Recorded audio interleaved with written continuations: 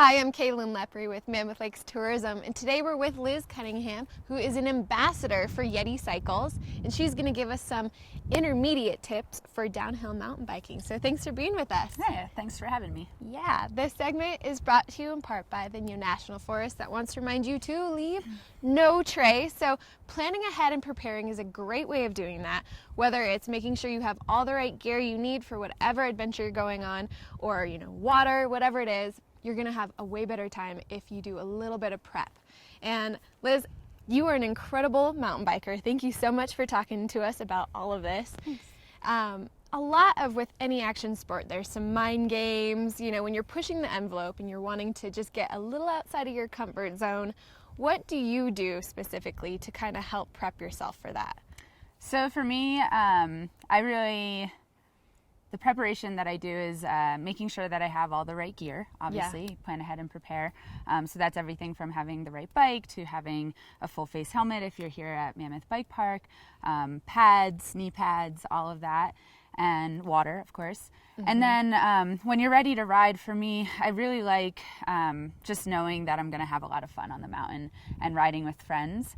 And in doing that, also, every day that I'm out, I really enjoy learning something new. So I recognize that I'm confident in what I know, and then when I'm out there, I try to progress on something that I may not be as comfortable on. So for me, the thrill in getting on my bike every day is knowing that there is some sort of improvement, and it's not always perfect, and I don't always do it right, but sometimes I have a breakthrough and it feels really good. Right.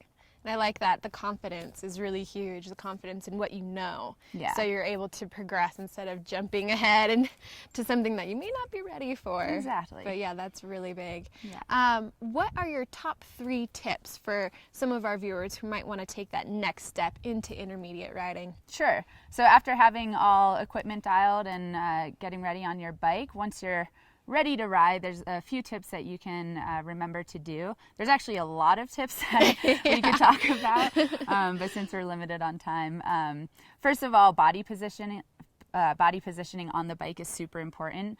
You see a lot of riders kind of like crunched up with elbows in and really tight, and you actually want the opposite. You want to open up your stance, have nice wide arms on the handlebars, and one thing a lot of people don't think about, but you want to widen your legs. So really become a monkey on the bike. Like open up your legs so that your bike can dance underneath you, and that's really so that you're prepared for any obstacle, whether it's a rock or a root coming down. And also in cornering, you can then lean your bike a little bit further on one side or the other. So body positioning, and then a second really big tip is knowing before you go. So if you're coming up on the trail and you're not sure what's up ahead, it's okay to scout it out and get off your bike and walk down the trail, see what's behind that blind corner. If it's a rock garden or a little drop or a jump, check it out first. Walk up to it. Imagine yourself what you're going to feel like when you're on your bike approaching that obstacle.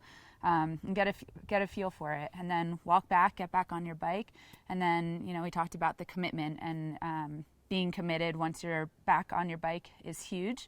And one way you can do that is picking a point of commitment. So if you're about to enter a rock garden and you've already scouted it out, maybe pick a rock that stands out or a tree on the side of the trail and have that be your point of commitment. Once you hit that point, it's time to go. So it's okay to stop before that, and if you're not ready, that's totally okay.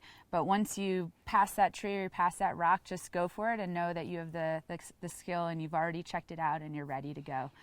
That's a big skill that I like to That's encompass. Probably my favorite tip that you gave too. That level or that point of committing is really huge, because if you're halfway, that's usually when people tend to get as soon as you start to injured. hesitate. No hesitation, you got to go for it. And so that's a great tip, and they were all great tips. So thank you so much for sharing your time and your expertise with us today. We really appreciate it. If somebody wanted to get a little more information on how to progress, where would you direct them? Well, first off, here at Mammoth Bike Park, there's local skills instructions. You can sign up for an instructor and go out for the day, so that's a really great resource. If you're a woman and looking for kind of a deeper, more engaged weekend or one-day progression skills clinic, you can check out Vita MTB series. So vitamtb.com, and that's an all-women's progression skills clinic that are happening all across the country. Awesome. Well, thank you so much. You guys check that out. And thank you so much for tuning in. This has been your reminder that the mountains are calling.